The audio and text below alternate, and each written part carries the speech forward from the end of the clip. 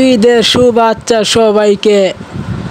এই খেলাটি দেখার জন্য দর্শক বৃন্দকে অনেক ধন্যবাদ।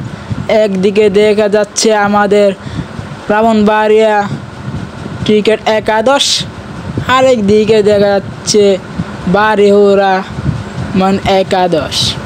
খেলা কিন্তু চলছে, ব্যাটিং কিন্তু প্রস্তুত ছাড় দিবার জন্য। আজকে অনেক অনেক দর্শক। ওভার শেষে এক ওভার গিয়ে দ্বিতীয় ওভার চলতেছে, দেখা যাক কোন টিম আজকে জিতে।